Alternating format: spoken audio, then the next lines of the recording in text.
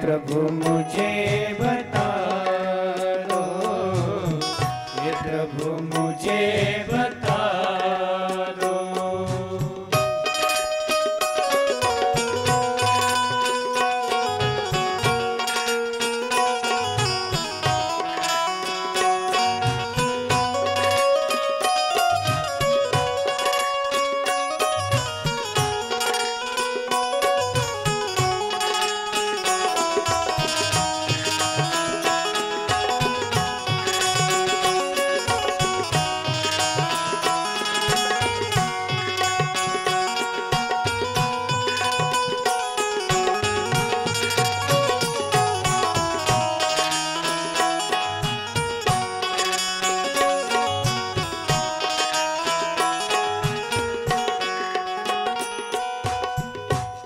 न जानो कोई पूजन, अज्ञानी हूँ मैं भगवन। न जानो कोई पूजन, अज्ञानी हूँ मैं भगवन। न जानो कोई पूजन, अज्ञानी हूँ मैं भगवन। न जानो कोई पूजन, अज्ञानी हूँ मैं भगवन। करना कृपा दयालो, करना कृपा दयालो, करना कृपा दयालो। करना कृपा दयालो।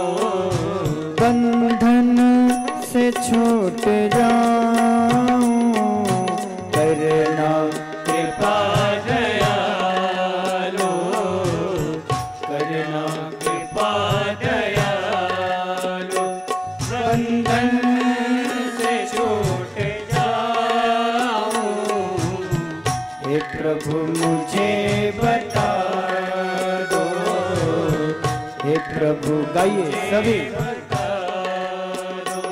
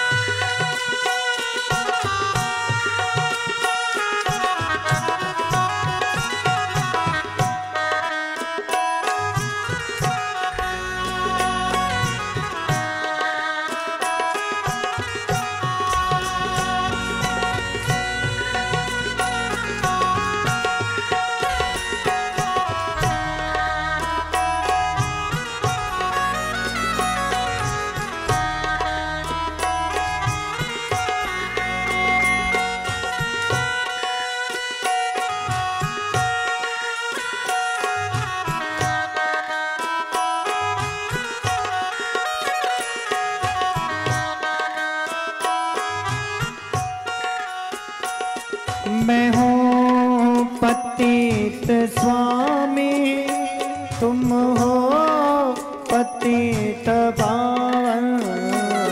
मैं हूँ पतित स्वामी, तुम हो पतित पावन। मैं हूँ पतित स्वामी, तुम हो पतित पावन। मैं हूँ पतित स्वामी, तुम हो पतित पावन। अब गुण भरा हृदय में, अब गुण भरा हृदय में, अब गुण भरा हृदय में। अब गुण भरा हृदय में। इससे कैसे मैं दिखाऊं, अब गुण भरा हृदय में।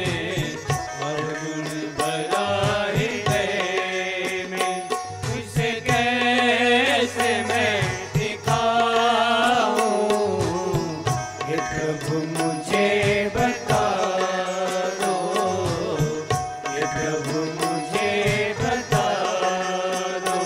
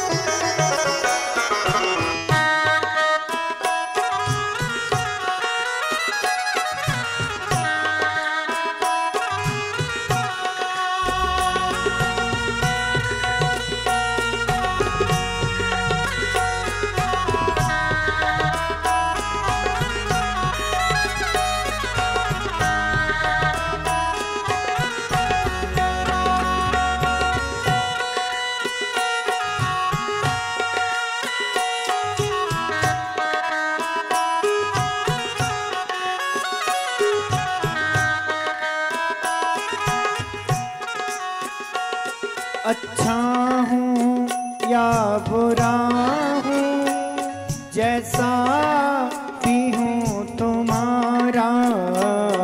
अच्छा हूँ या बुरा हूँ, जैसा भी हूँ तुम्हारा। अच्छा हूँ या बुरा हूँ, अच्छा हूँ या बुरा हूँ, जैसा भी हूँ तुम्हारा। अच्छा हूँ या बुरा हूँ, जैसा भी हूँ तुम्हारा। ठुकराओ ना मुझे अब, ठुकराओ ना मुझे अब, ठुकराओ ना मुझे अब। ठुकराओ ना मुझे अब। चरणों में सर झुकाऊं, ठुकराओ ना मुझे अब, ठुकराओ ना मुझे अब। चरणों में सिर झुकाऊं, हे प्रभु मुझे बता दो, हे प्रभु मुझे बता दो।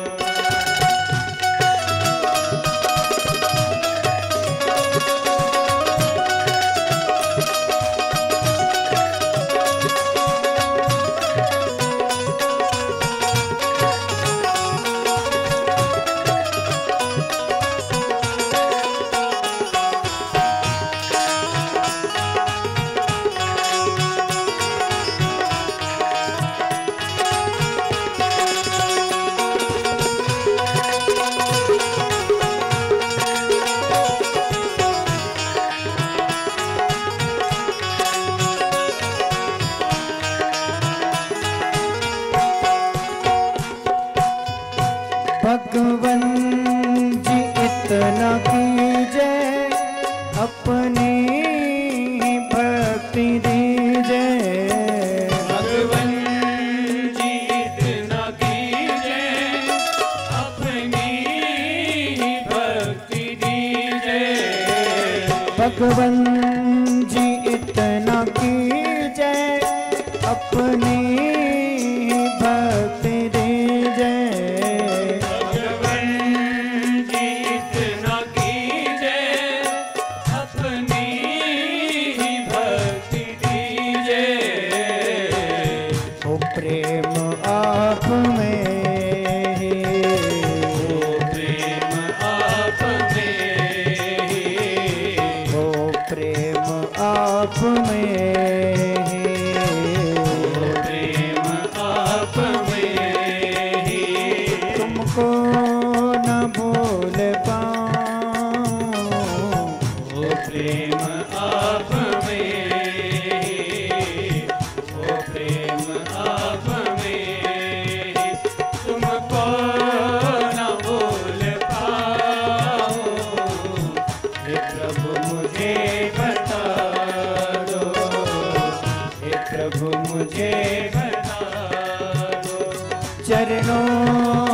कैसे आऊं माया के बंधनों से, माया के बंधनों से छुटकारा कैसे पाऊं, ये प्रभु मुझे बता दो, हे प्रभु मुझे बता।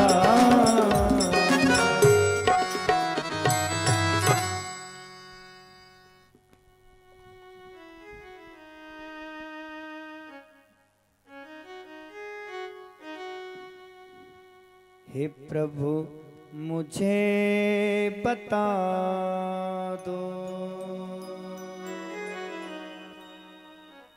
हे प्रभु मुझे बता दो, हे प्रभु मुझे बता दो। चरणों में कैसे आऊं माया के बंधनों से, माया के बंधनों से छुटकारा कैसे पाऊं, हे प्रभु मुझे बता दो, हे प्रभु मुझे बता दो। बोले बाल कृष्ण लाल के, बोले भागवत भगवान के, बोले भक्त वत्सल भगवान की, बोले शंकर भगवान की, बोले जगदम्बा मैया की, बोले श्री गुरु महाराज की, बोले गौ माता की।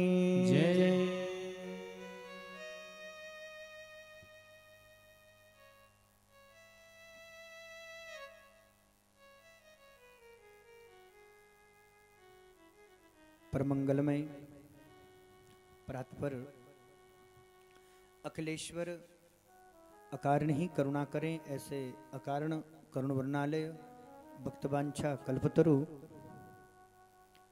तड़दित विनंदित पीताम्बरधारी भगवान नंदनंदन बालकृष्ण का वांगमय स्वरूप श्रीमद् भागवत। और बंधुओं,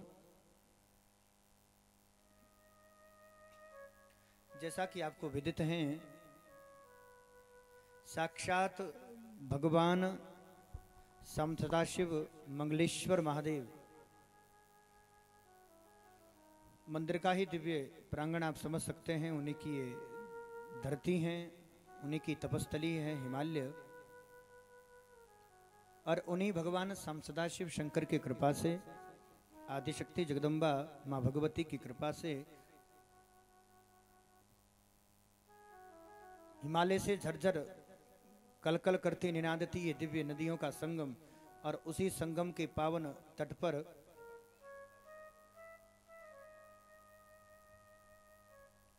गोमाता के साहित्यार्थ, गोमाता के पावन तत्वधान में ये पावन पवित्र ज्ञान गंगा श्रीमद् भागवत कथा का आज द्वितीय दिवस। चलिए इस पावन भागवत भागीरथी का अपगान करें, हम सब कथा में प्रवेश करें।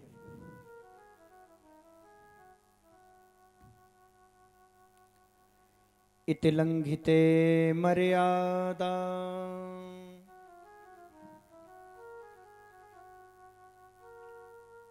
इति लंघिते मर्यादा,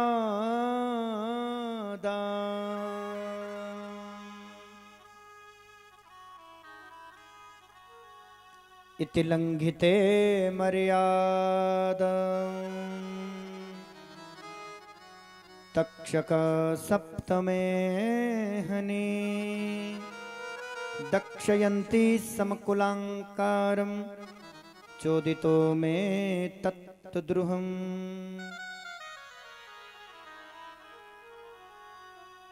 कल अंत में शमिक पुत्र श्रृंगी ऋषि ने राजा परीक्षित को श्राप दिया।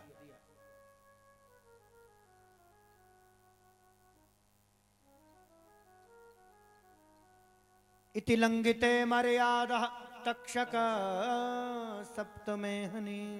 आज से 7वें दिन तक्षक नाग आएगा और आकर के परीक्षित को डसेगा।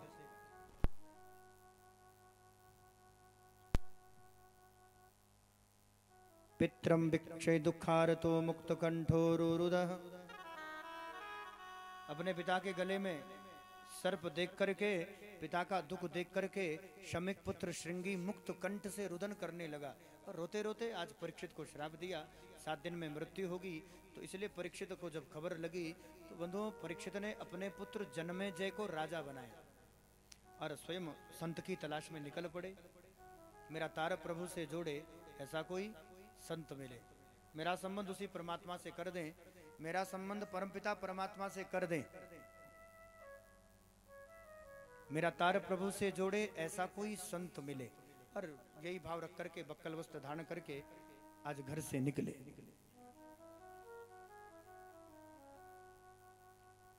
गंगा के पावन तट शुक्रताल में जहां संतों का सत्संग चल रहा है, ऐसे दिव्य पावन पवित्र धरातल पर उस पावन धरती पर पावन संतों के द्वारा पवित्र स्थान पर जाकर के इन्होंने बड़े बड़े अमलात्मा महात्मा योगी संत महापुरुषों का दर्शन किया और संत महापुरुषों का दर्शन पाकर के वंदन किया, चरण प्रणाम किया, चरणों में वंदन किया, प्रणाम किया और प्रणाम वंदन करने के बाद प्रश्न किया। परीक्षित पूछते हैं, बाबा हम जानना चाहते हैं मरने वाले को क्या करना चाहिए। तो प्रश्न तो बड़ा साधारण है, सरल ही है।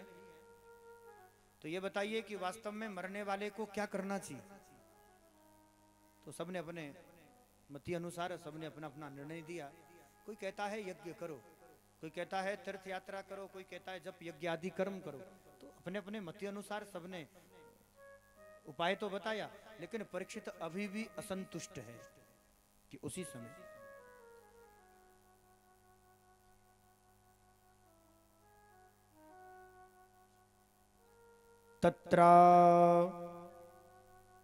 तत्रा भवत भगवान व्यास पुत्रो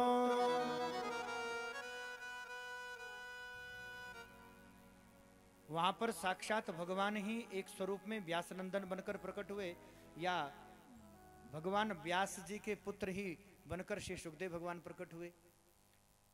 आप ये भी समझ सकते हैं कि मानो भगवान ही व्यास नंदन प्रकट हुए, बनकर प्रकट हुए, या फिर भगवान वेद व्यास के पुत्र बनकर सुखदेव भगवान प्रकट हुए।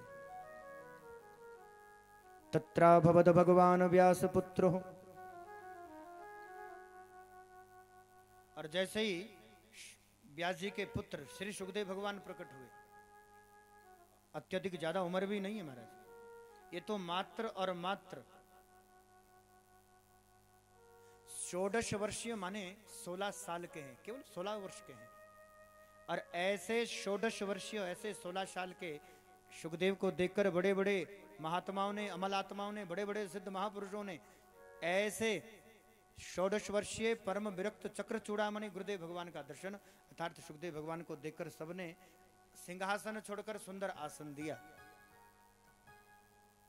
जबकि इनके पिता यहाँ पर व्यास जी हैं, व्यास के पिता पाराशर भी बैठे।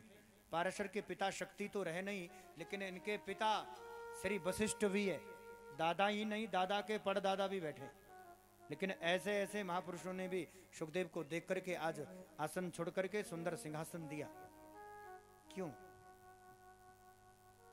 सुत जी कहते हैं इसलिए क्योंकि सुखदेव परम विरक्त संत है, परम वीतराग चक्र चूड़ामणि।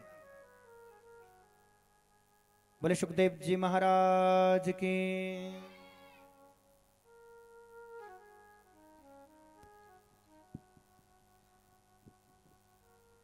अलक्षलिंगम निजलाभ तुष्टो व्रतश्च बालार अवधूत भेषा।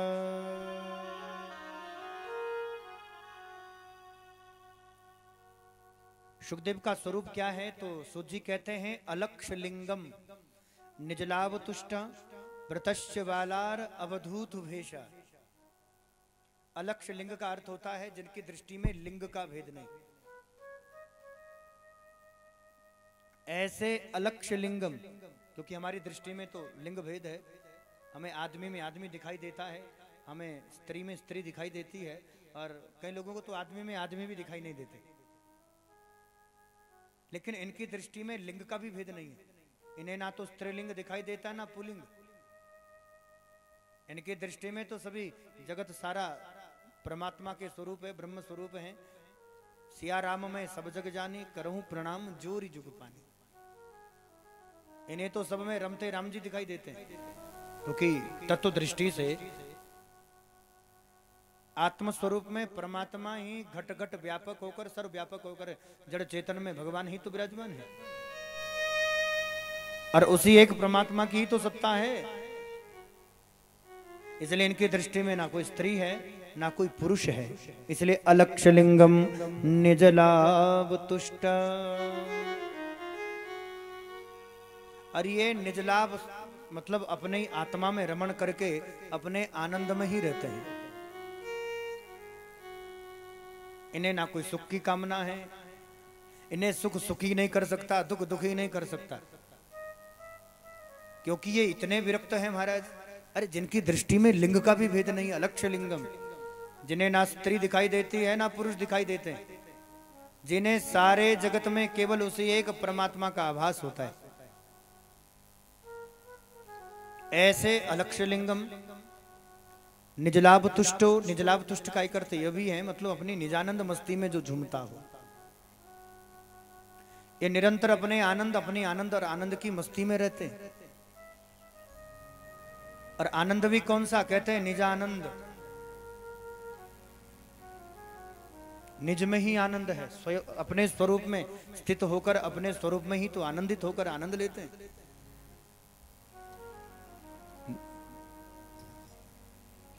निजानंद मस्ती में मैं झूमता हूं, कहां कौन कैसे मैं ना पूछता हूं। निजानंद मस्ती में मैं झूमता हूं, कहां कौन कैसे मैं ना पूछता हूं। खिले हैं जमाने के जो गुल रंग बिरंगे, पर मिसाले भंवर होके मैं गूंजता हूं। निजानंद, अपने ही आनंद में रहता हूं। तो निजानंद मस्ती में मैं झूमता हूं, कहां कौन कैसे मैं ना पूछता हूं। खिले हैं जमाने के जो गुल रंग बिरंगे, पर मिसाले भंवर होके मैं गूंजता हूं। ना जीने की इच्छा ना मरने की चिंता, क्योंकि कजा से निडर होके मैं घूमता हूं। मुक्त पुरुष, और जो मुक्त पुरुष होते हैं भैया, उनके यही लक्षण होते हैं। वो अपने आनंद, अपनी निजानंद, अपनी मस्ती में ही तो झूमते हैं, और सदा सर्वदा अपने आनंद में ही रमण करते हैं, निजानंद की मस्ती में ही झूमते रहते हैं। तो सुखदेव माने निजलाभ तुष्ट।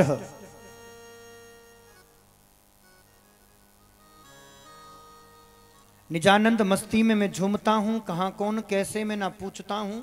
खिले हैं जमाने में जो गुल रंग बिरंगे, पर मिसाले भंवर होके मैं गूंजता हूं। ना जीने की इच्छा ना मरने की चिंता, क्योंकि कजा से निडर होके मैं घूमता हूं। मिली है जिनसे ये बहद निगाहें, पकड़ उन्हीं के कदमों को मैं चूमता हूं।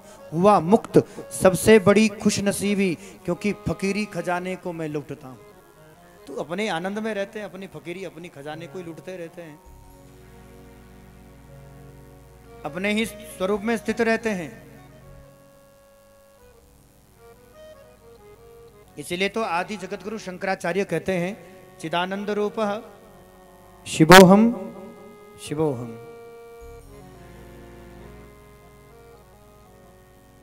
चिदानंद रूपा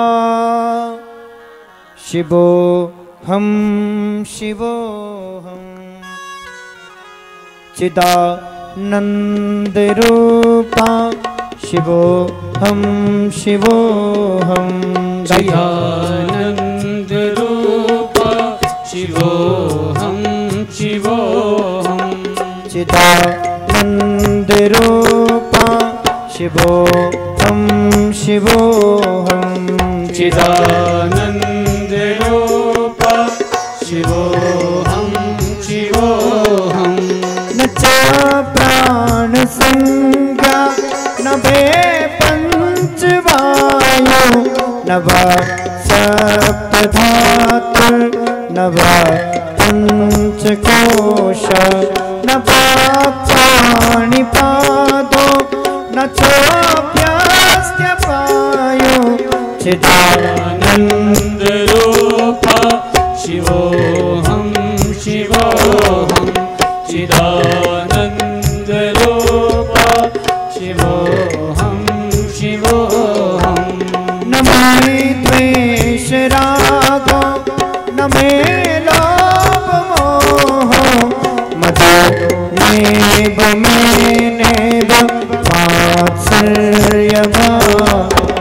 न धर्मो न चार्थो न कामो न मोक्ष चिदानंद रूपा शिवोऽहं शिवोऽहं चिदानंद रूपा शिवोऽहं शिवोऽहं न पुण्यं न पापं न सौख्यं न दुःखं न मन्त्रो न तीर्थं न वेदान यज्ञ अहं भोजनं नैव भोजं न भोगा चिदानंद रूपा शिवोऽहं शिवोऽहं चिदानंद रूपा शिवोऽहं शिवोऽहं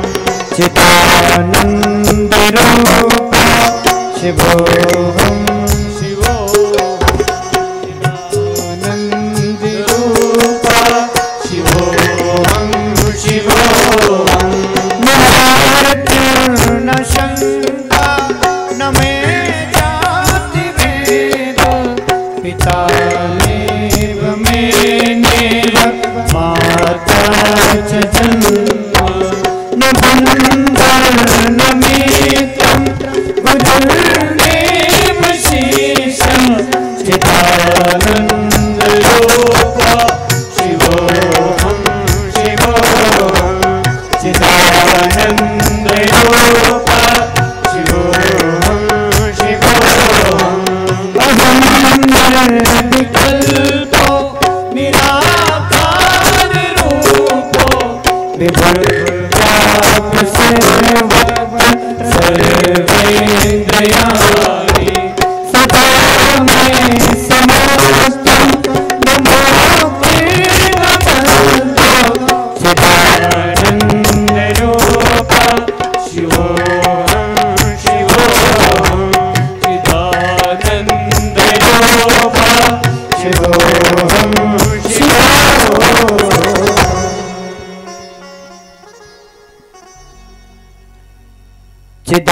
चिदानंद रूपा शिवोऽहं शिवोऽहम्।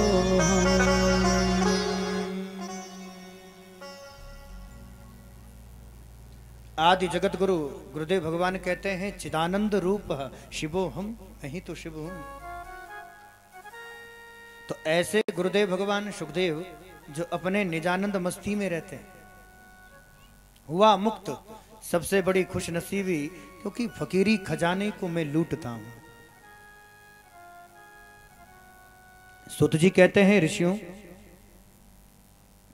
अलक्ष्य लिंगम निज लाभ तुष्टो व्रतश्च बालार अवधूत भेषा। मात्र और मात्र 16 वर्ष के हैं, 16 वर्ष, लेकिन अवधूत माने मात्र एक कोपिन धारण किए हैं, अन्यथा तो अवधूत ही है। तो ऐसा दिगंबर अवधूत स्वरूप जिनका है, ऐसे परम गुरुदेव सदगुरुदेव भगवान सुखदेव का प्राकट्य हुआ। और जैसे सुखदेव जी को देखा तो ऋषियों उसी समय बड़े बड़े महात्मा अमल आत्माओं ने उठ करके सुंदर आसन दिया और परीक्षित ने चरणों में वंदन किया और प्रणाम करके फिर पुनः एक ही प्रश्न, बाबा हम जानना चाहते हैं कि मरने वाले को क्या करना चाहिए। तो यहीं पर श्रीमद् भागवत कथा के प्रथम स्कंद को विराम दिया है और यहीं से प्रारंभ होता है श्रीमद् भागवत कथा का द्वितीय स्कंद।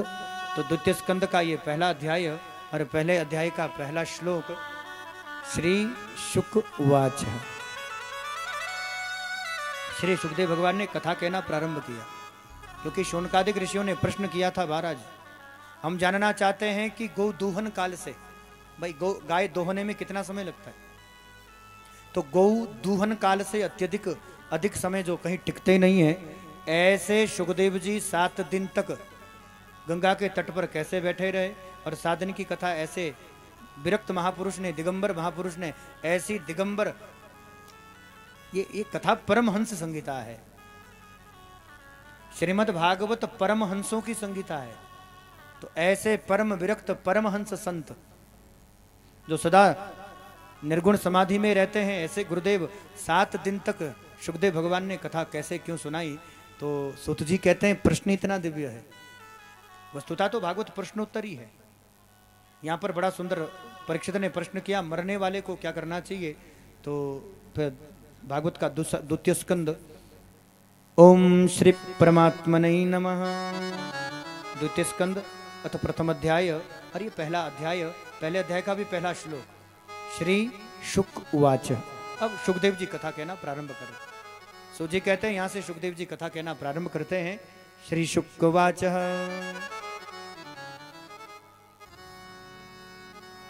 बर्यानेशं ते प्रश्न कृतो लोक हितो नृपा। जय हो महाराज, नमो नारायण। चलिए हमारे पास भी महात्मा आए हैं, दिगंबरी है।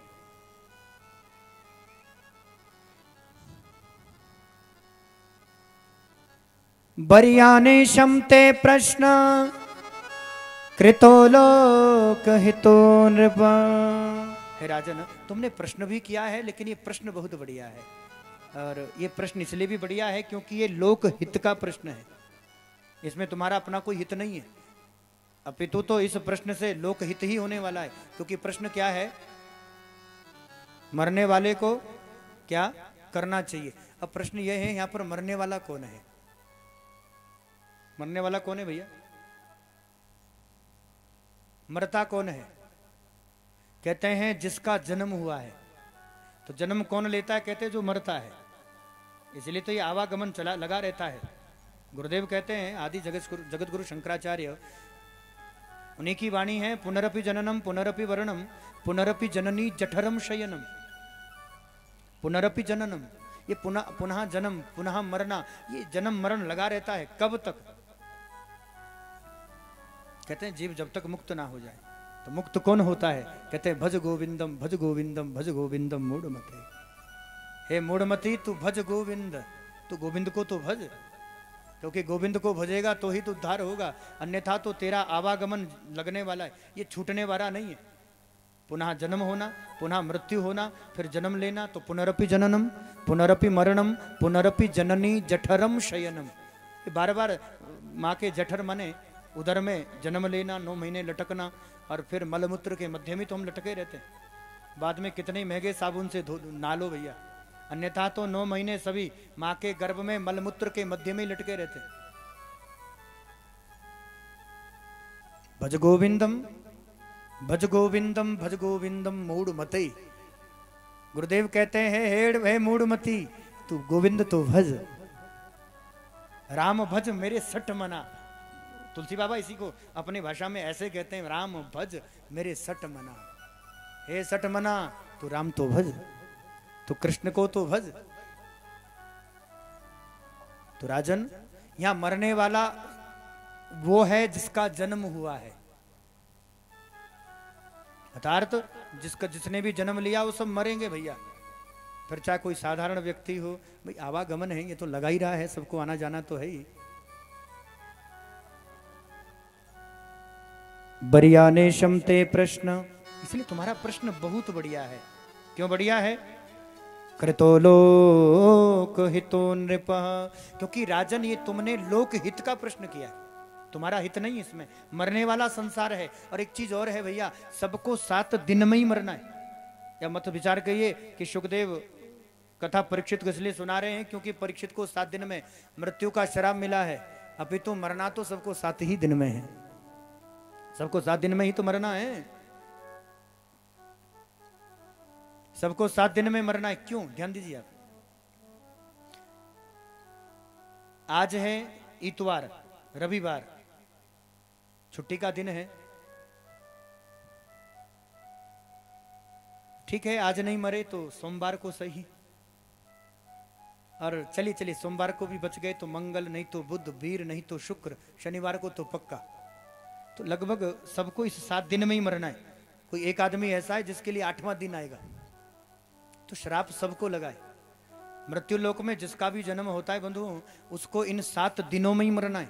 तो 7 दिन में ही मृत्यु का श्राप मिला है, और लगभग सबको 7 दिन में ही मरना है। क्योंकि इतवार नहीं तो सोम, सोम नहीं तो मंगल, बुध नहीं तो वीर, शुक्र, शनिवार को पक्का कन्फर्म।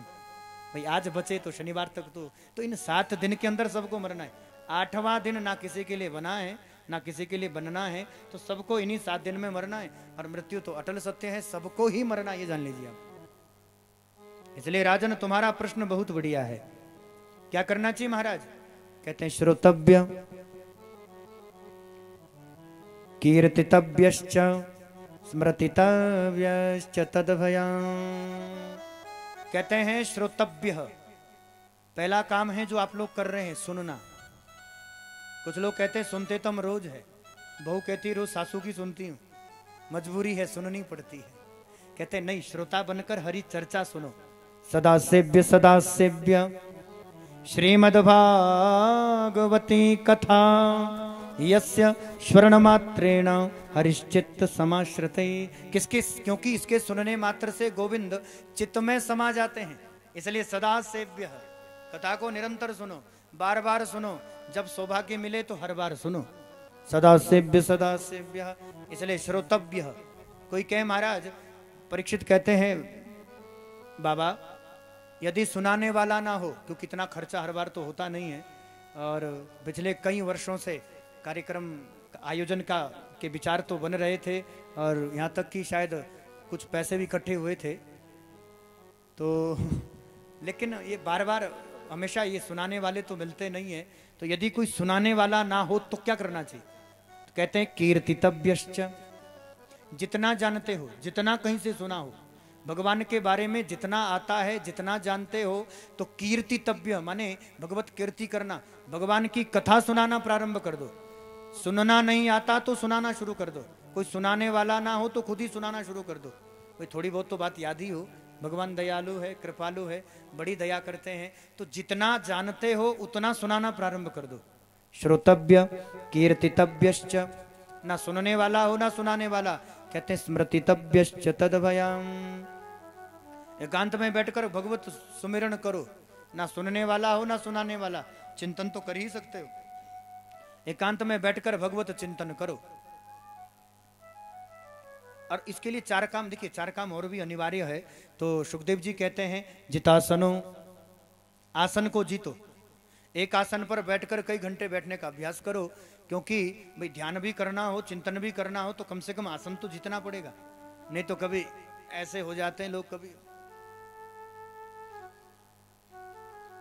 इसलिए जितासनो, जित श्वासो, जित संघो, जितेंद्रिय। आसन जीतो, प्राणायाम के द्वारा श्वास पर विजय प्राप्त करो, कुसंग ना करो, अर्थात संग को जीतो, जित संगो। और अंत में कहा जितेंद्रिय, इंद्रियों का दमन करके इंद्रियों पर भी अपनी विजय प्राप्त करो। परीक्षित कहते हैं महाराज, अरे यदि केवल भगवत प्राप्ति करने की कामना मन में हो कि साक्षात आनंद कंद सच्चिदानंद परमात्मा ही हमें प्राप्त हो जाए, साक्षात भगवान ही हमें मिल जाए, तो क्या करना चाहिए? भगवत प्राप्ति का सबसे सरल साधन क्या है?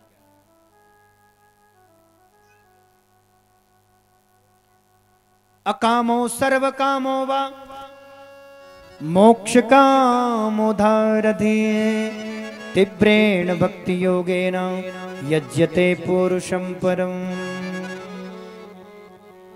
अकामो सर्व कामो वा मोक्ष कामोदारधि तीव्रेण भक्ति योगेन यज्यते पुरुषं परम।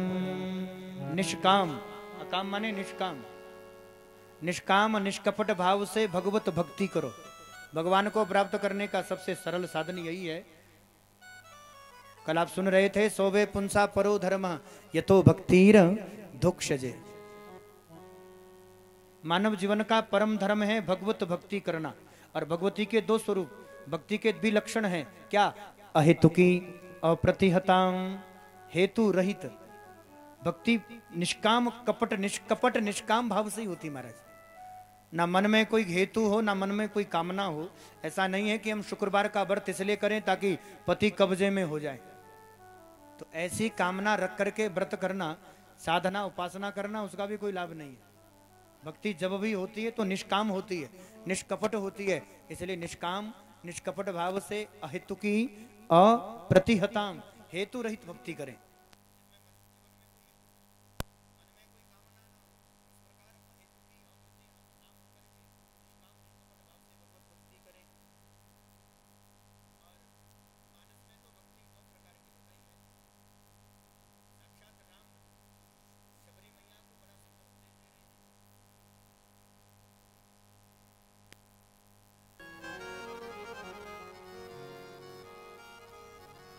प्रथम भगति सन तन कर संगा,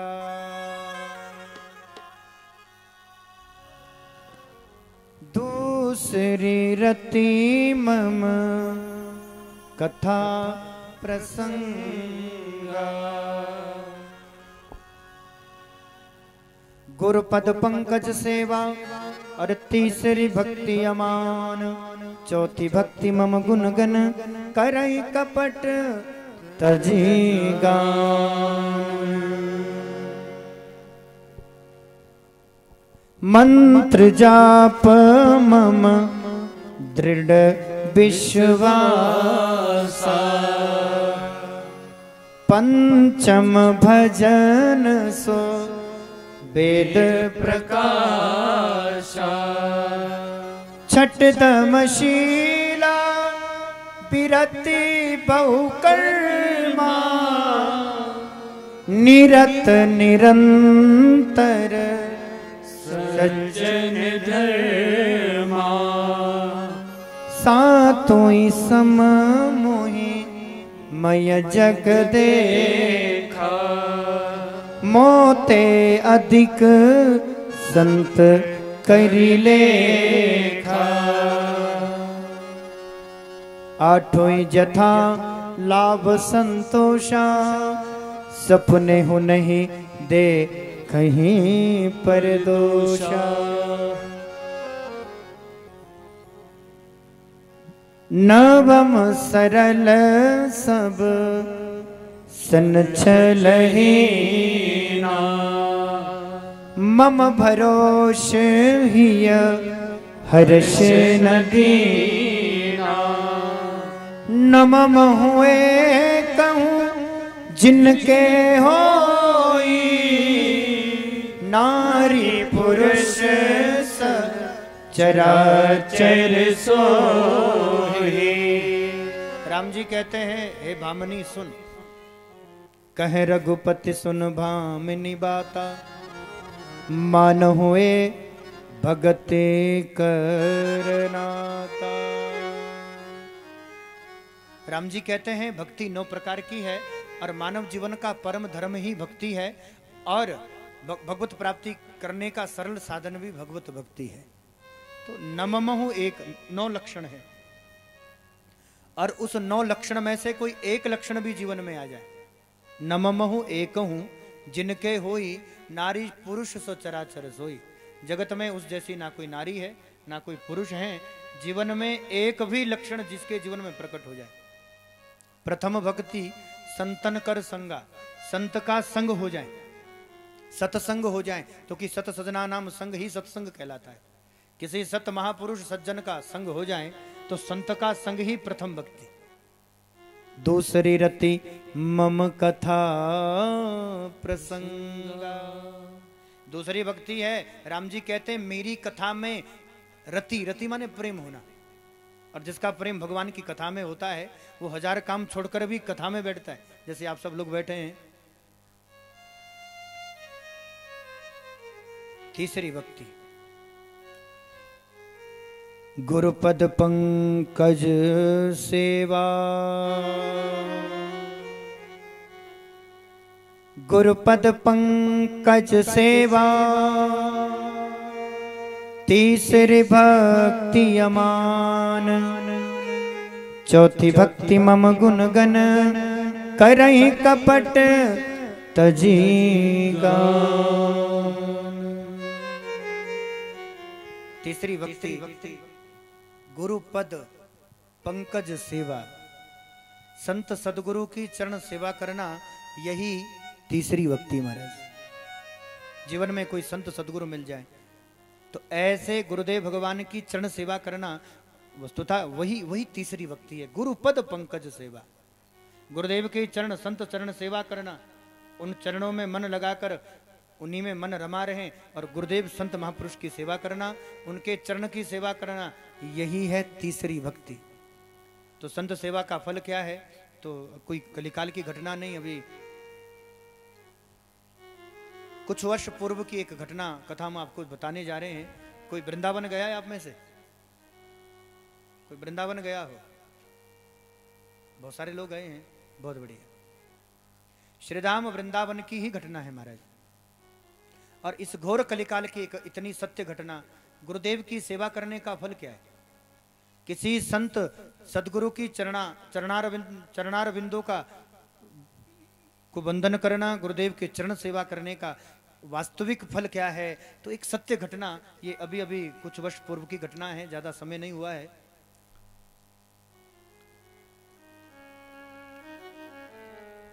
कभी आप वृंदावन जाएं तो श्रीधाम वृंदावन में परिक्रमा मार्ग में अभी आप कभी गए हो, कभी वृंदावन की परिक्रमा की हो, तो एक तो बहुत सुंदर सुंदर आश्रम है परिक्रमा मार्ग में।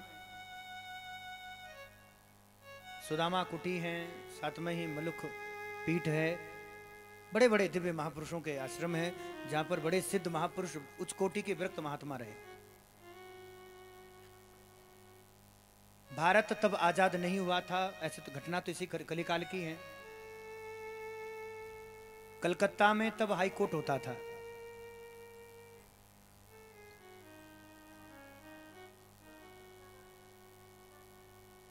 और उस जमाने में कलकत्ता के मजिस्ट्रेट होते थे, सब लोग उन्हें प्यार से चौधरी बाबू कहते थे।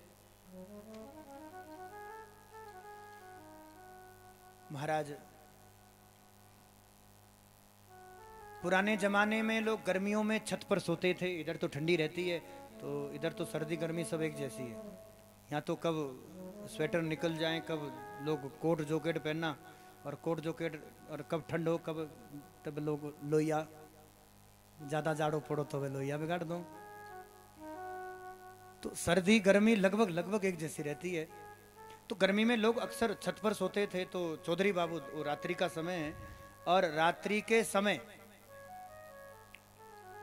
लगभग अर्धरात्रि का समय की अचानक एक महात्मा महापुरुष छत पर प्रकट हो गए। वो वायु मार्ग से आए, आकाश मार्ग से, और आकर के चौधरी बाबू को खूब गाली देने लग गए। ए चौधरी, सोता ही रहेगा? सारा जीवन बिता दिया कमाते खाते, कमाने खाने में सारा जीवन लगा दिया। लगभग हमारा जीवन तो खाने कमाने में लगता है। जीवन पर्यंत कमाते हैं, नहीं तो खाते हैं, और ये कमाने खाने में सारा जीवन व्यतीत हो जाता है। कमाते खाने के लिए और खाते कमाने के लिए, और इस कमाने खाने में सारा जीवन कब बीत गया खबर ही नहीं। डेढ़ हड्डी के दुबले पतले बाबा, गुरुदेव कथा सुनाते थे। डेढ़ हड्डी के दुबले पतले बाबा, केवल इतने विरक्त महात्मा थे महाराज। टाट पट्टी, वो बोरा होता है ना, केवल टाट बोरा लपेट कर जीवन व्यतीत करते थे। दुबले पतले, सूखे दुबले पतले संत थे, परम विरक्त महात्मा थे। पेट में लकड़ी का, काठ का आड़बंद बांधते थे, तीसरे लोग प्रेम से उन्हें काठिया बाबा भी कहते थे। तो चौधरी को गाली देने लगे, हे चौधरी, जिंदगी भर जिंदगी बीत गई तेरी खाते कमाते सोते, कुछ भजन भी कर लिया कर, या जिंदगी कमाने खाने में व्यतीत कर देगा। ना राम जी का भजन किया, ना मन कभी भजन में रमा, तो कुछ भजन भी कर दिया कर। तो इतने बड़े आदमी को कोई महात्मा आकर के दो चार बातें सुना दे, खूब सुनाई, और अंत में राम तारक मंत्र की दीक्षा भी दे दी। राम जी का भजन करना, ये राम जी का नाम ही काम आएगा। अंत में खूब जितना मन कर बार बार इसी मंत्र का जप करना। राम तारक मंत्र की दीक्षा दी, और राम तारक मंत्र की दीक्षा देकर बाबा वहां से अंतर ध्यान हो गए।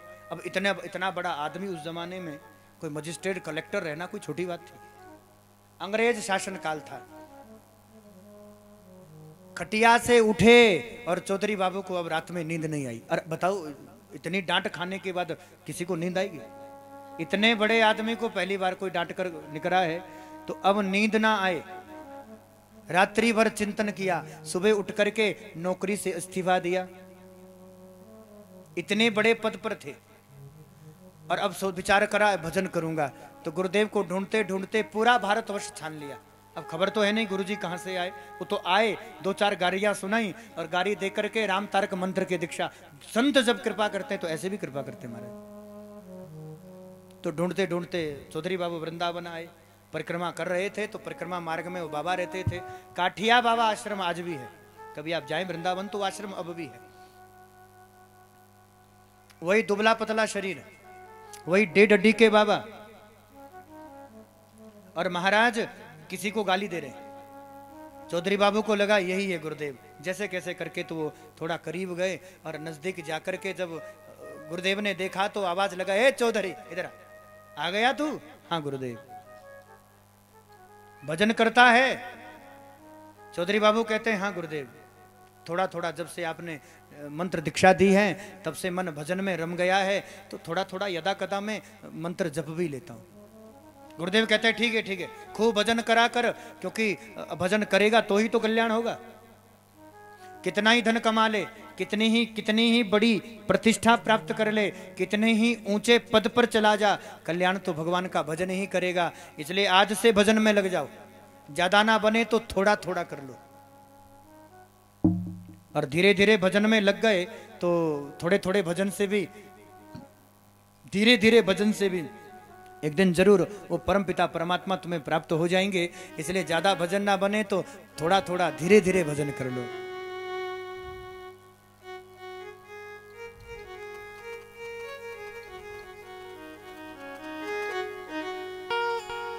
जो करते रहोगे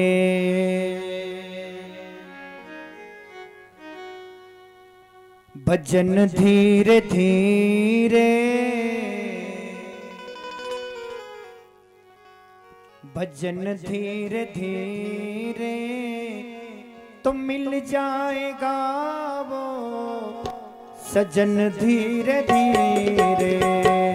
जो करते रहोगे भजन धीरे धीरे, भजन धीरे धीरे सब गाइए। तो मिल जाएगा वो सजन धीरे धीरे। जो करते रहोगे भजन धीरे धीरे, भजन धीरे धीरे तो मिल जाएगा वो सजन धीरे धीरे। जो करते रहोगे भजन धीरे धीरे, भजन धीरे धीरे तो मिल जाएगा वो सजन धीरे धीरे। जो करते रहोगे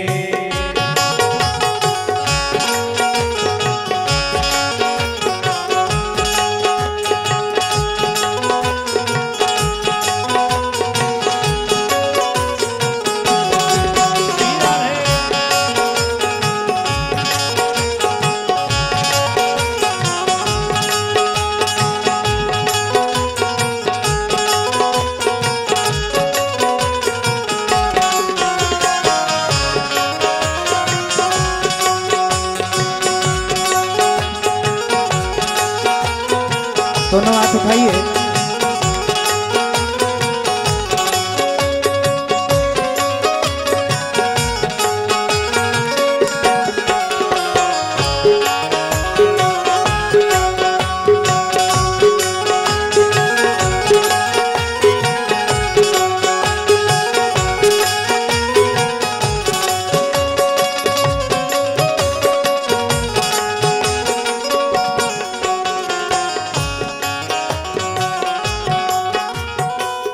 अगर प्रभु से मिलने की दिल में तमन्ना, अगर प्रभु से मिलने की दिल में तमन्ना, अगर प्रभु से मिलने की दिल में तमन्ना, अगर प्रभु से मिलने की दिल में तमन्ना, दिल में तमन्ना हजी, दिल में तमन्ना, अगर प्रभु से मिलने के दिल में तमन्ना, दिल में तमन्ना, करो शुद्ध अंतः करण धीरे धीरे, अगर प्रभु से मिलने के दिल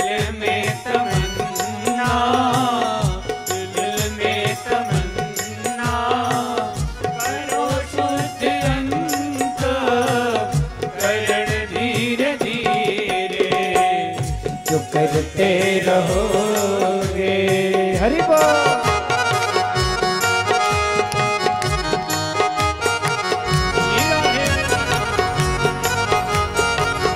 दोनों हाथ से ताली की सेवा करते हुए सभी जय हो।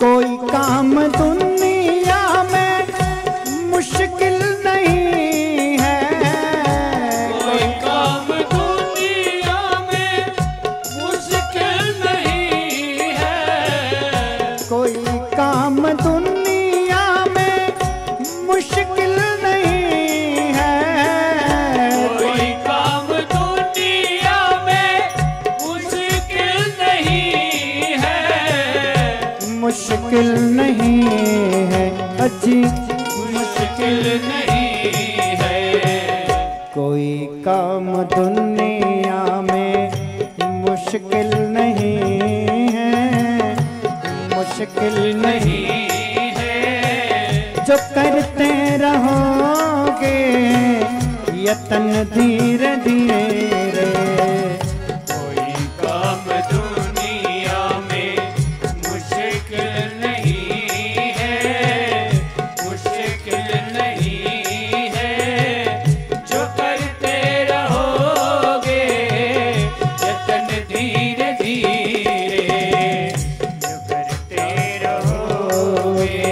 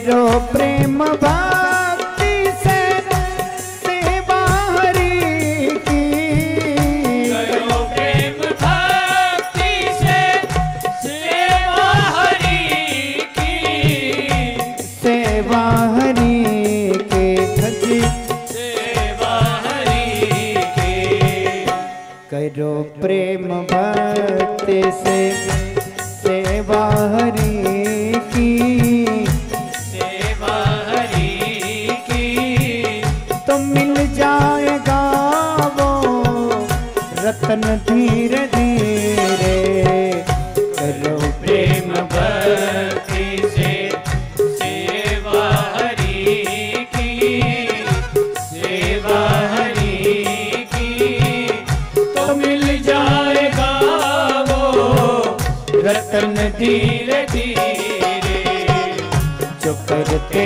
रहोगे भजन धीरे धीरे, भजन धीरे धीरे, तो मिल जाएगा वो सजन धीरे धीरे, करते रहोगे भजन धीरे धीरे, भजन धीरे धीरे, तो मिल जाएगा वो भजन धीरे धीरे, जो करते रहोगे।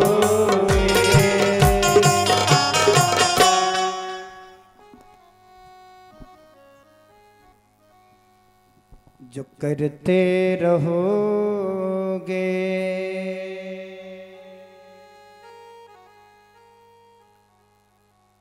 भजन धीरे धीरे,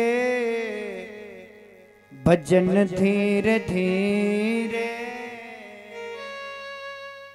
तो मिल जाएगा वो सजन धीरे धीरे, जो करते रहोगे।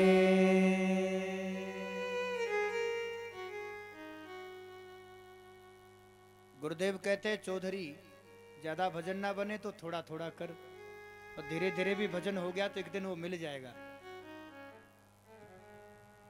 तो चौधरी बाबू का आना जाना हुआ। एक दिन की घटना, बाबा का मन हुआ कि ब्रज 84 कोस की परिक्रमा करें।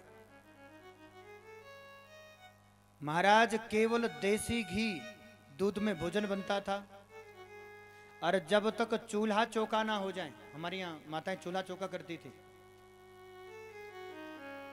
सुबह उठना, उठ करके गौशाला जाना, और गौशाला जाकर के गोबर लेना, मिट्टी, और फिर चूल्हा चौका करना। तो लगभग सभी करते थे, लेकिन धीरे धीरे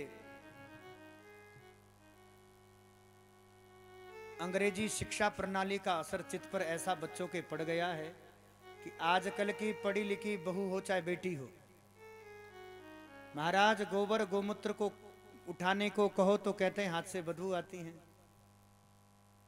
और यही एक मूल कारण है आज लोग घरों में गाय पालना नहीं चाहते। केमिकल से निर्मित दूध पीने के लिए तैयार है,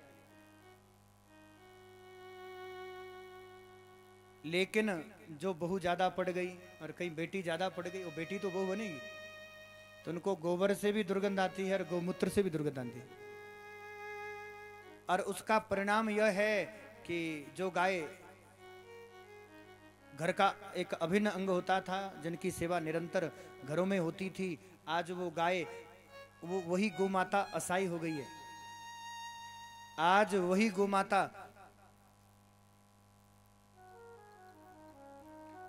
इतनी असहाय है कि महाराज लोग जिंदगी भर दूध तो पी लेते हैं और उसके बाद मरने के लिए सड़क पर छोड़ देते। और ये सड़क पर छोड़ने वाले और कोई नहीं है। आज सड़कें, गाय, यदि आज हमारी माँ सड़क पर है, गौ जिसको हम माँ कहते थे, पुराने जमाने में तो लोग गौशाला में भी जाते थे। गौशाला मतलब हमारे यहाँ बोलते ओबरा,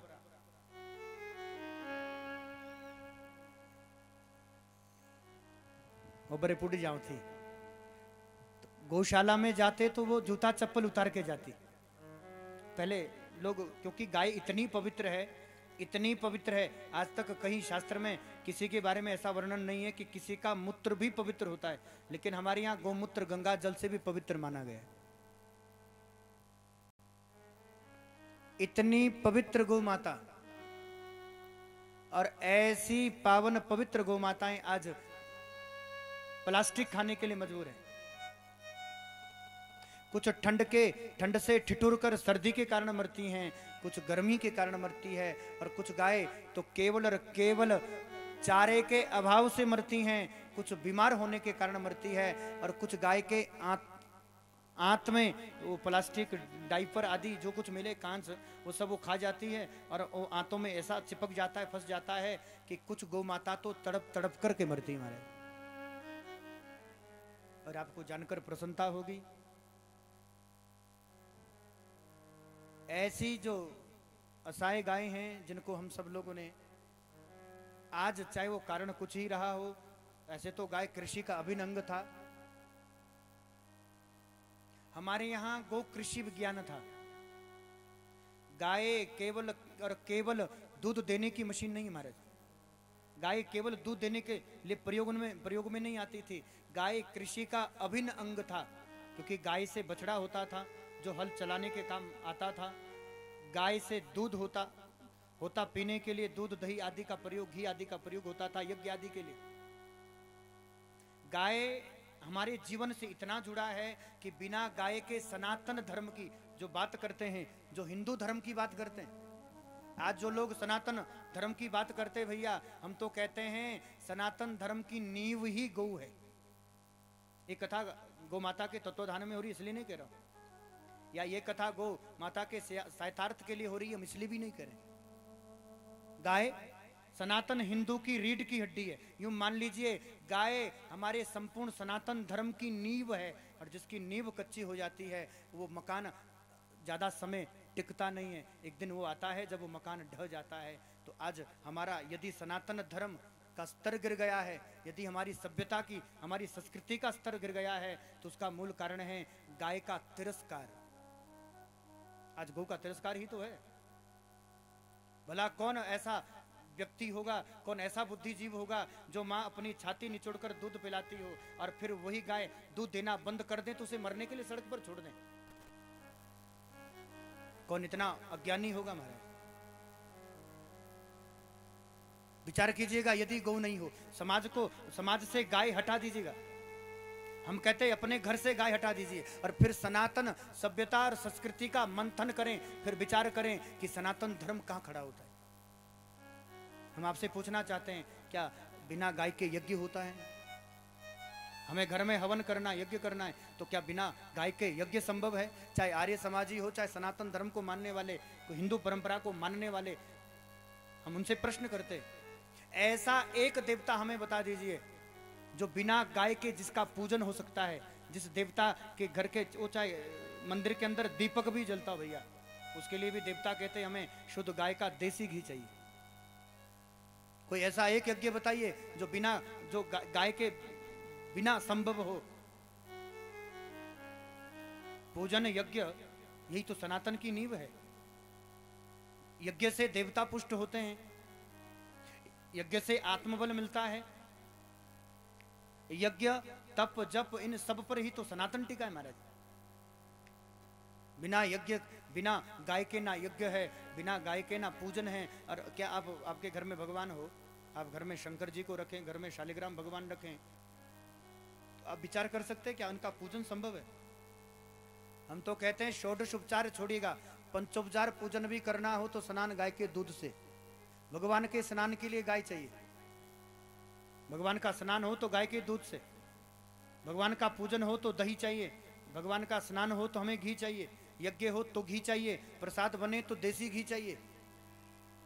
भगवान की पूजा के लिए घी आवश्यक है, भगवान की पूजन के लिए गौ आवश्यक है भैया। इसलिए गाय सनातन की धुरी है, गौ माता सनातन धर्म की नींव है। और ईमानदारी से जानिए, आज धर्म की नींव ढीली पड़ गई है। पूरा सनातन सभ्यता, पूरी सनातन संस्कृति अब खतरे में है, क्योंकि अब गाय घर छोड़ करके सड़कों पर आ गई है। जब माँ की दुर्दशा ये हो तो भैया धर्म की दशा क्या होगी? आज धर्म खतरे में है। आज धर्म इसलिए खतरे में है क्योंकि आज भारत का गोवंश सड़कों पर आ गया है।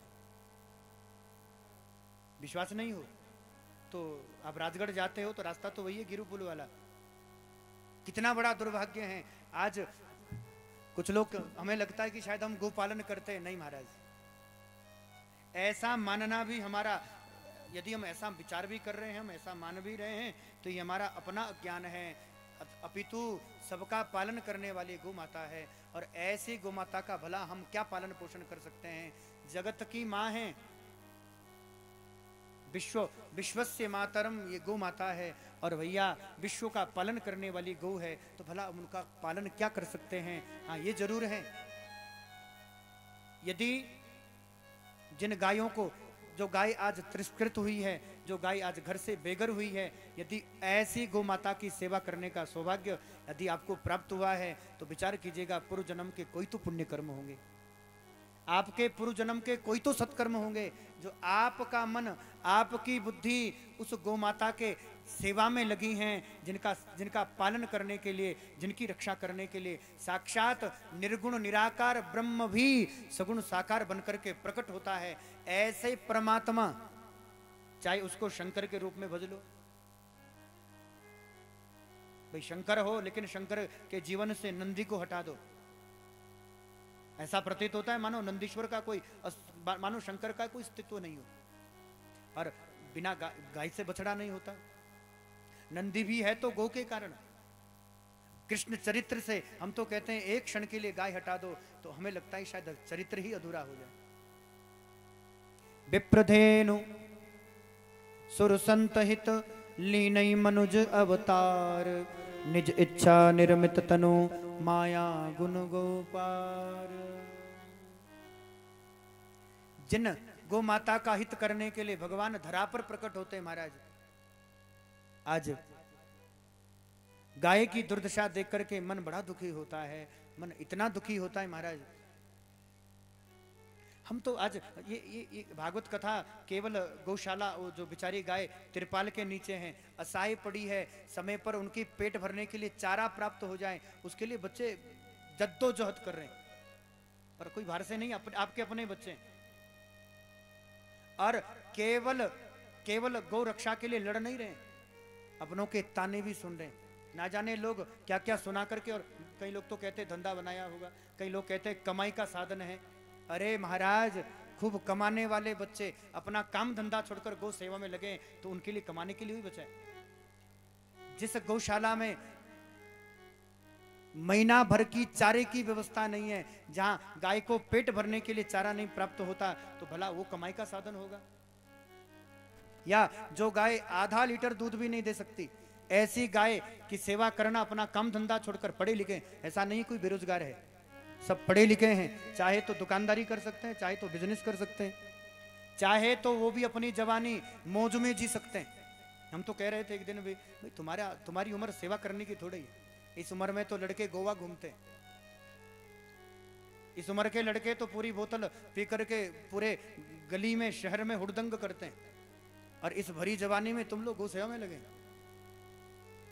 अरे ये इतना साधारण काम नहीं महाराज, अपने भी ताने देते हैं, अपने परिजन, अपने जानने वाले, अपने लोग भी 10 बातें सुनाते हैं। 10 रुपया दान देने वाला भी 1000 बात सुनाकर चला गया, लेकिन चुपमान सुननी पड़ती है, क्योंकि ध्येय लक्ष्य एक है कि कोई रात कुछ भी हो जाए, लेकिन हमारी गौ माता रात को भूखी ना सोए।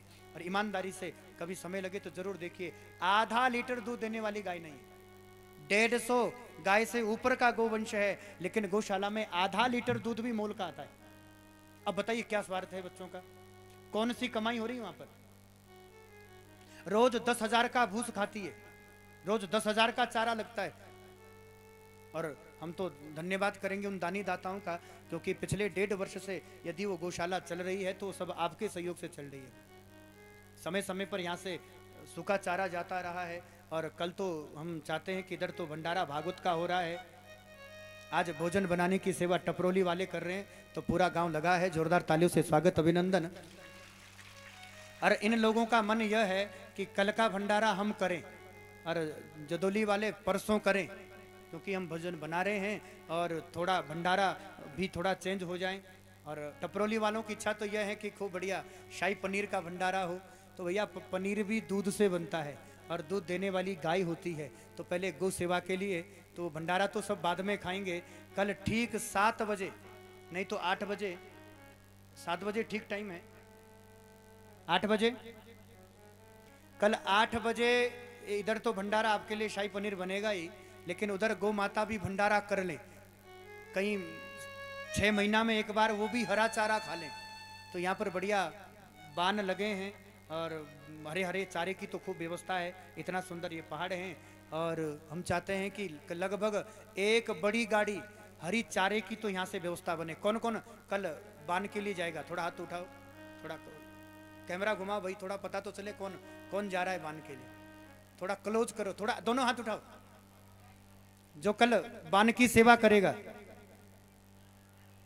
हरा चारा तैयार हैं आप लोग? तो घर से अस्त्र शस्त्र लेकर, हैं दरात लेकर, बान पे चढ़कर, नहीं आपने ऐसे ही खड़ा होना है, बुजुर्ग ऐसे ही खड़े होते। घर से सड़क पर तो ऊपर से नीचे तक तो आप 7 बजे जाइए चाहे 8 बजे जाइए, कहीं किसी को आने की जरूरत नहीं है। अपने घर के नजदीक जहां भी आपको सही लगे, चाहे आप सरकारी जंगल से ले आए, ऊपर से मत, पेड़ को ऊपर से नहीं काटना चाहिए, नीचे नीचे, और ज्यादा जिसमें पत्ते हो। बान और बान के साथ और क्या होता है यहाँ पर? बान और मोरू, बान और मोरू तो झुंझे बोले तब अपने अपने घासने दे। बान नहीं, थोड़ा मिक्स हो जाएगा। मोरू, हाथी नहीं, खुड़ी को सब किम्मू है, खड़की है, क्या बात है। बान है तो खड़की है, बान किम्मू बस, ब्यूल बस है, ब्यूल तो रे अपने गाय के तो बशाड़ो देली।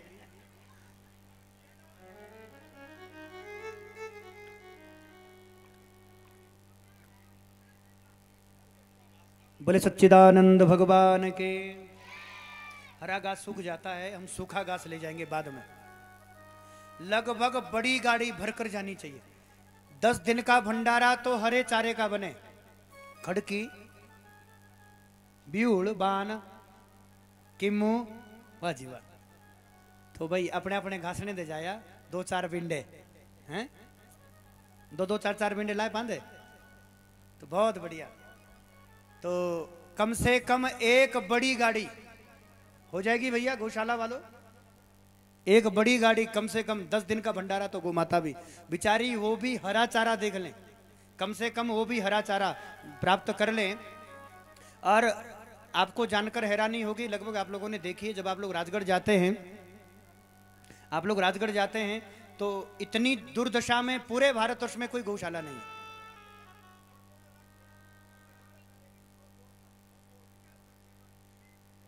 बहुत बढ़िया। हर महीने, सुनो सुनो, हर महीने पहले इतवार को, ठीक है, इतवार की छुट्टी होती है संडे की, हर महीने पहले इतवार को, वो तारीख 3 हो चाहे तारीख 8 हो, 8 तारीख तो होगी नहीं, 7 से पहले पहले होगी, चाहे पहली तारीख हो चाहे 8 तारीख हो, हर महीने के पहले इतवार को एक बड़ी गाड़ी ऊपर आएगी। और प्रत्येक महीने, हर महीने आप महीने में एक बार हरा चारा तो कम से कम गाय खाएगी। इतनी सेवा आप लोग कर सकते हैं पूरे क्षेत्र वाले। कौन कौन करेगा? एक बार दोनों हाथ, कैमरे वालों से निवेदन है सब पर घुमाओ ताकि अब ढूंढने के लिए हो जाएंगे। दोनों हाथ ऐसे उठाइए। हर महीने सेवा करेंगे आप? कसम लगे भागवत भगवान की, गौ माता की। ऐसा करो, दोनों हाथ ऐसे उठाओ, जो सेवा करेंगे ऐसे उठाकर सर पर रखो, अपनी कसम खाओ। अगर भूल जाएं तो प्रभु सर दर्द हो जाए हैं, तो कम से कम याद तो आ जाएगा है। इतवार को घास छोड़ना था, भूल गए, तो हर महीने हमें गौ सेवा के लिए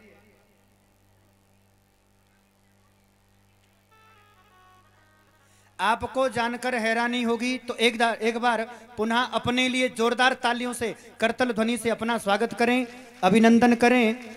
आपके पूरे क्षेत्र से लगभग 4 यूटिलिटी, जो छोटी गाड़ी इधर चलती है पहाड़ में, तो 4 यूटिलिटी भरकर 4 गाड़ी भर करके सूखे चारे की चली गई है, सूखे घास की चली गई है, जिसका धन्यवाद के पात्र आप सभी हैं, पूरा क्षेत्र हैं और आप लोगों का सहयोग इसी तरह मिलता रहे। तो जोरदार तालियों से आप पुनः पुनः स्वागत करें, अभिनंदन करें। प्रत्येक महीने बड़ी गाड़ी आएगी, पहला इतवार, ठीक है भैया, हर महीने के पहले इतवार को। फिर वो 15 दिन थोड़ा थोड़ा हरा, कुछ सूखा भूस, फिर थोड़ी बहुत बेचारे गाय का भी भंडारा हर महीने हो जाएगा, गाय के लिए भी। तो ऐसी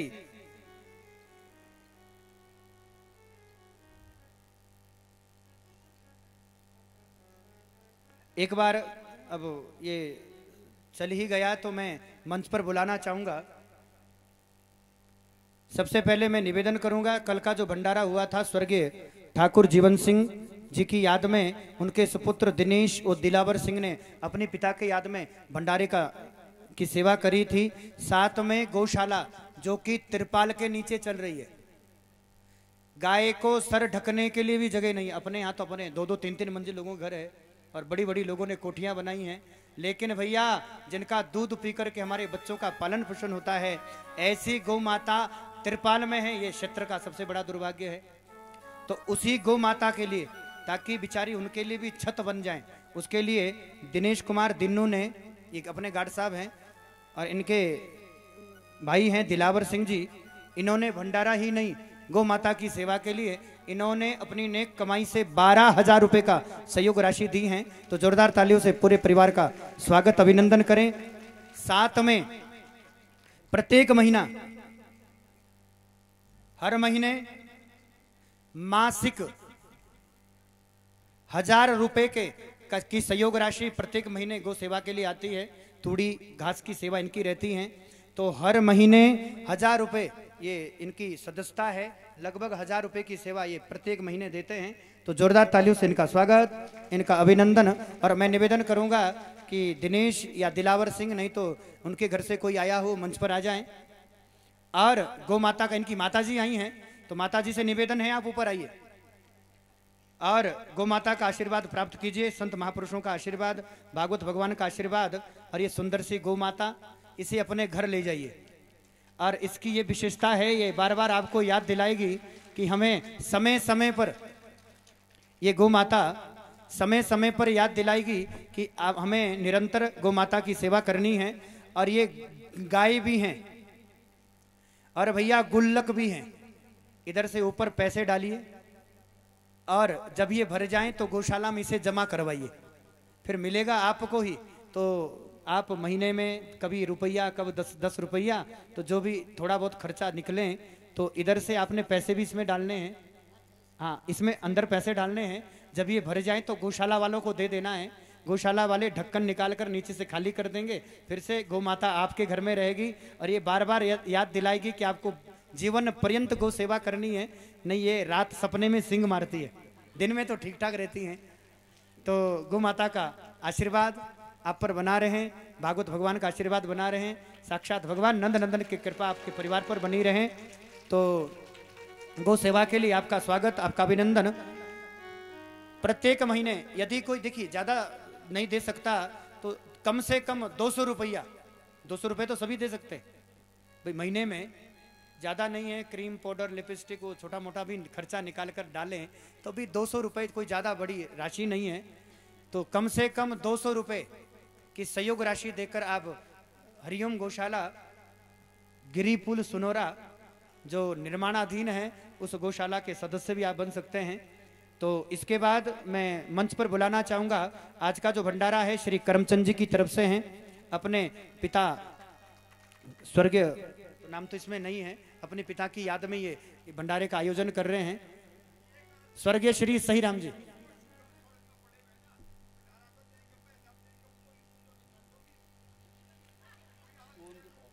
अभी स्वर्गीय श्री सईराम जी की याद में आज का भंडारे की जो सेवा है वो करमचंद जी की है, तो उनसे भी निवेदन है कि आप भी मंच पर आ जाए। इन्होंने आज का भंडारा दिया है श्री करमचंद जी।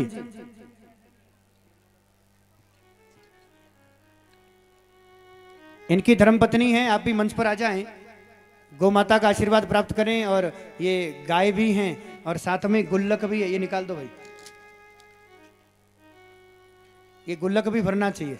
ये गाय और गुल्लक दोनों हैं। और इन्होंने केवल भंडारा नहीं दिया है, गौ माता की सेवा के लिए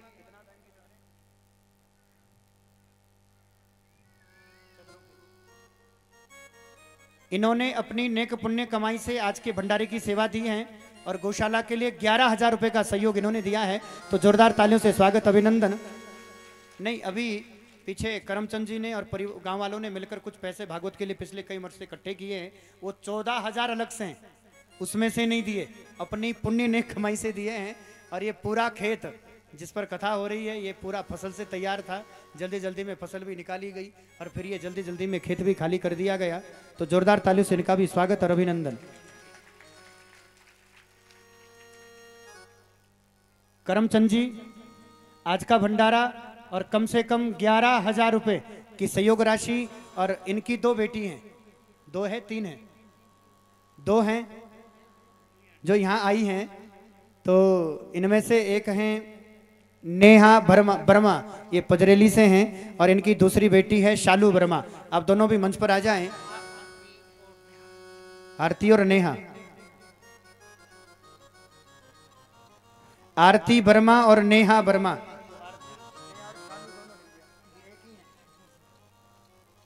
तो आरती वर्मा और नेहा वर्मा, इन्होंने अपनी नेक पुण्य कमाई से प्रत्येक महीना, ये हर महीने अपनी कमाई से, आजकल बच्चे कमाने लग गए हैं, इन्होंने अपनी कमाई से हर महीने कम से कम 500 रुपया, ये हर महीने लगभग साल में एक बच्चा 6,000 रुपए का दान देंगे। और तो ऐसा लगा लीजिए कि दोनों बच्चे, थोड़ा आगे आ जाओ, नेहा वर्मा शालू देवी हैं, इन्होंने लगभग साल के 6,000 रुपए प्रत्येक महीना, प्रत्येक महीना 500 रुपए का सदस्य बनने का फॉर्म इन्होंने भरा है। आरती वर्मा, तो ये गुल्लक भी साथ में भरना, वो अलग है, 500 रुपए महीने के अलग से हैं, ये गुल्लक भर के अलग से लाना है। तो जोरदार तालियों से इनका भी स्वागत, अभिनंदन। ये अभी नहीं, हर महीने देंगे और 500 रुपए सहयोग के लिए देंगे। तो जोरदार तालियों से इनका भी स्वागत, अभिनंदन। उसके बाद मैं मंच पर बुलाना चाहता हूं टपरोली वाले, तो इनको कल बुलाते हैं, इनका कल का भंडारा है। तो जोरदार तालियों से समस्त ग्रामवासियों को का स्वागत, अभिनंदन आप करें। इनका कल बहुत बड़ा भंडारा है। इनका मन है कि खूब बढ़िया हमारा शाही पनीर हो, जलेबी हो, तो कुछ बड़े कार्यक्रम। तो कल आप सब भंडारे में पधारे, रिश्तेदारी में फोन कर दें, सबको बुला लें। तो कल का इनका विशाल भंडारा है। जोरदार तालियों से इनका भी स्वागत, अभिनंदन। परसों का भंडारा फिर जदौल समस्त ग्रामवासियों की तरफ से होगा। तो इनका भी स्वागत, इनका भी अभिनंदन।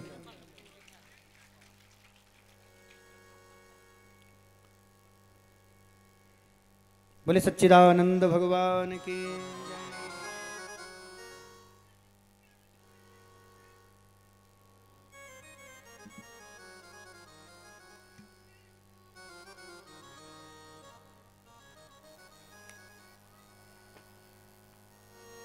बोले भक्त वत्सल भगवान की जय।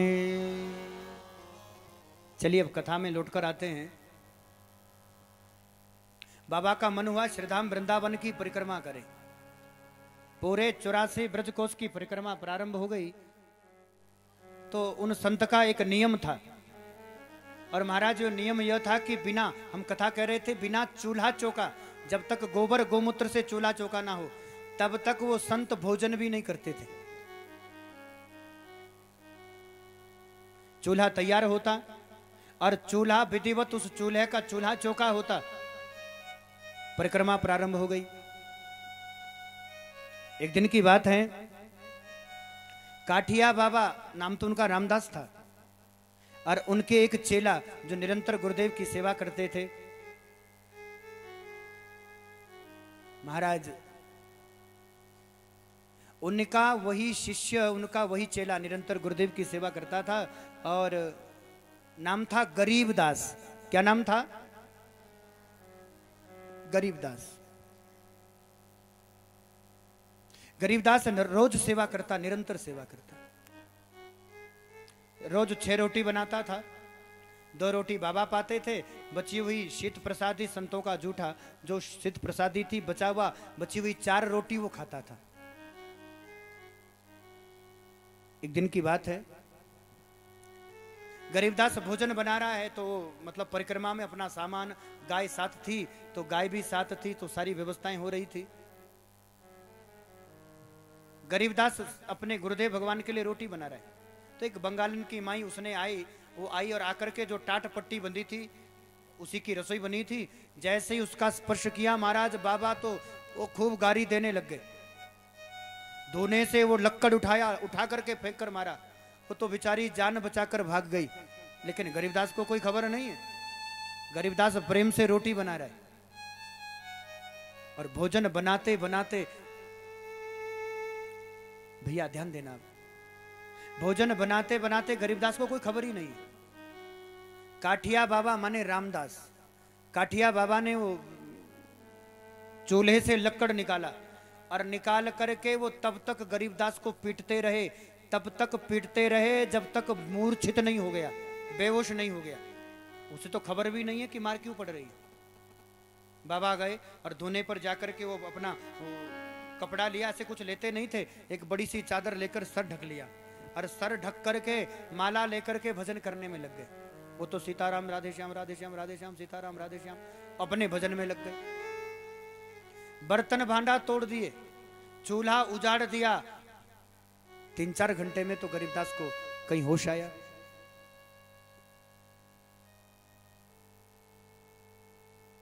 बर्तन भांडा ढूंढा, फिर से चूल्हा बनाया, ईंट जोड़ी, पत्थर जोड़े, चूल्हा चौका किया, चूल्हा पवित्र किया और फिर भोजन बनाना प्रारंभ किया। तो संध्या का समय हो गया था। गरीबदास भोजन की थाली लेकर के गुरुदेव के सन्मुख गया और जैसे ही गुरुदेव के सन्मुख वो भोजन रखा,